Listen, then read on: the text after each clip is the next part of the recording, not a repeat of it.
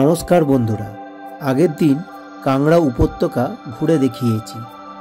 আজ যাব Dharamshala cricket stadium ও চামুণ্ডা দেবীর মন্দির দেখে রাত্রি যাপন করব ম্যাকডোয়েলগঞ্জে।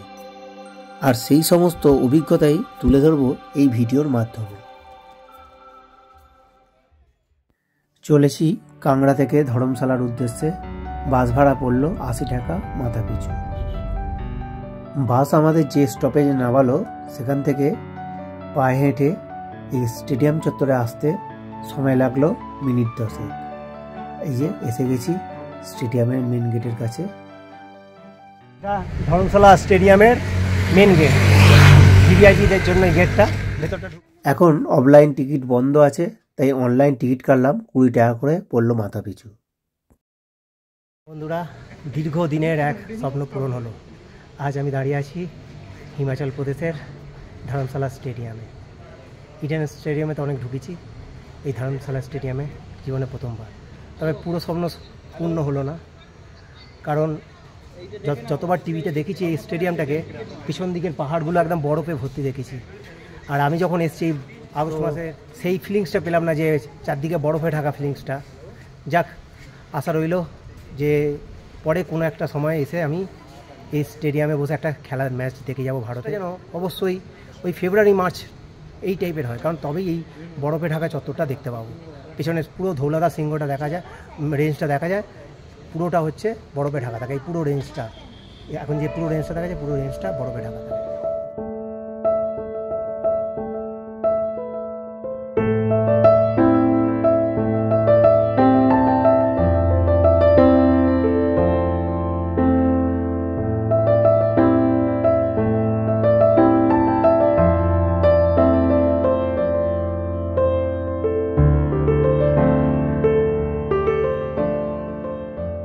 এসি চলছে, দারুণ লাগছে ওয়াশরুমটা।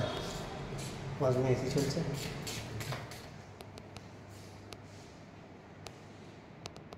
স্টেডিয়াম ঘোরা সম্পূর্ণ করে এই সুন্দর ঝাঁচকচকে রাস্তা ধরে হেঁটে চলেছি। কিলোমিটার খানেক যাব, কারণ সেখান থেকে পাওয়া যাবে দেবী চামুণ্ডা যাওয়ার বাস। ধরমশালা স্টেডিয়ামের কাছ থেকে চামুণ্ডা যাওয়ার বাস পেয়েছিলাম, যার ভাড়া পড়ল মাথা পিছু 60 টাকা করে।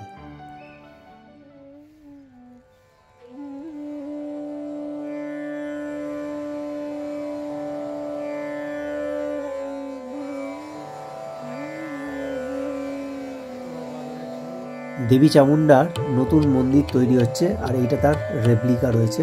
ঠিক এইরকমই হবে মন্দিরটা সম্পূর্ণ হবে।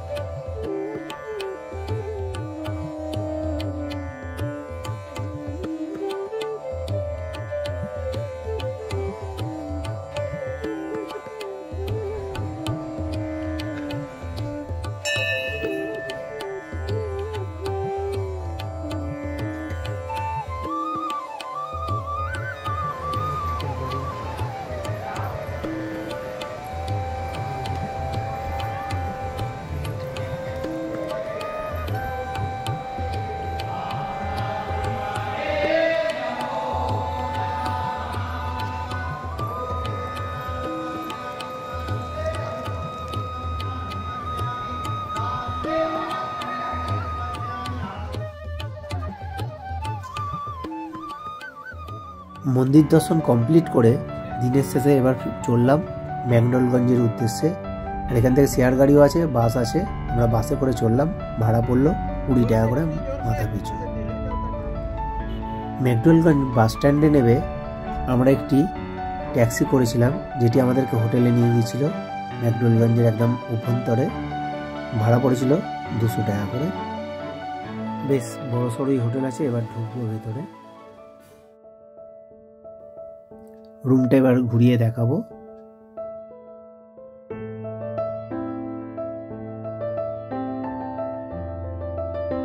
এদিকে টিভিও আছে বড় সড়ো একটা, একদম পরিষ্কার সুন্দর বিছানা, 3 জন আরামসে শুতে পারবে। লাইটিং সিস্টেম করা আছে খুব সুন্দর। এদিকে একটা দুটো বসার জায়গা দেয়া আছে। এই পর্দাটা সরিয়ে বাইরের ভিউটা, এখানে বসে খাবার খেতে খেতে বাইরে ধৌলাধার রেঞ্জটা দেখা যাচ্ছে। এখন অফ সিজন চলায় এত সুন্দর হোটেলের ভাড়া পড়লো মাত্র 700 টাকা। ইচ্ছা গেলে ব্যালকনিতেও বেরোনো যাবে। একটা চেয়ারও দেওয়া আছে, এখানে বসে বসেও দেখা যেতে পারে এই প্রাকৃতিক সৌন্দর্য। নিমিষের মধ্যে কুয়াশা নেমে এসছে পুরো পাহাড় চত্বরটা। টাওয়াল সাবান সবকিছু দিয়েছে। এবার একটু ওয়াশরুমে ঢুকবো। কুমোট, এদিকে বেসিন, আয়না সবই আছে, যে একটা সুন্দর বাথরুমে থাকার প্রয়োজন।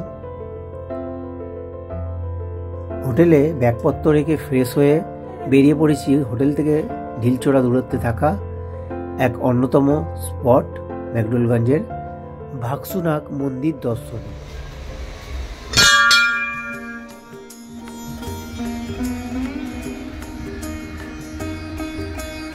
এখানে এই বোর্ডে দেয়া আছে ভাগসুনাগ মন্দিরের ইতিহাস।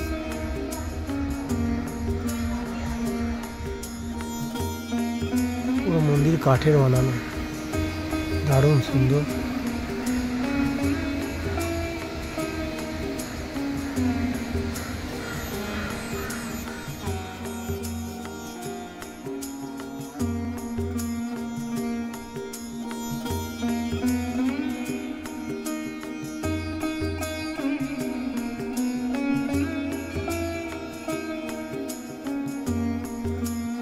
ভাগসুনাগ মন্দির চত্বরে থাকা এই পবিত্র জলে স্নান করে মানুষ এই মন্দিরে পূজা দেয়।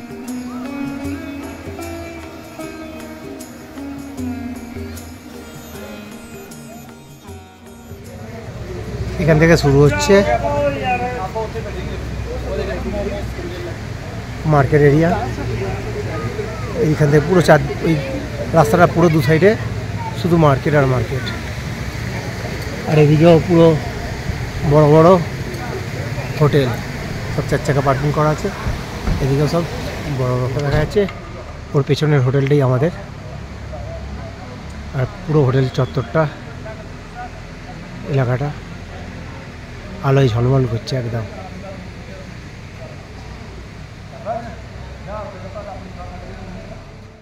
এখানে তৈরি হচ্ছে হিমাচলি বড়া পাও, 50 টাকা পার পিস। আমরা অর্ডার দিয়েছি এই বড়া পাওয়ের, এই যে দিচ্ছে।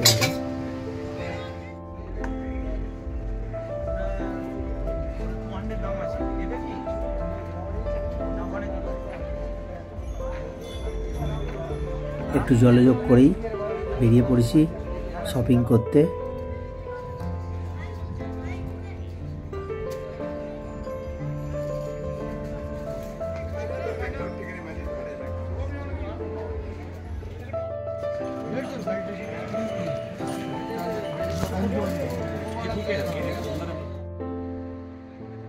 শপিং সেরে রাতের ডিনার করে ফিরে চললাম হোটেলের দিকে আজকের মতো। আর কাল ঘুরে দেখব তিব্বতীদের অন্যতম পছন্দের জায়গা এবং তাদের ধর্মগুরু এই দলাই লামার শহর ম্যাকডোলগঞ্জ।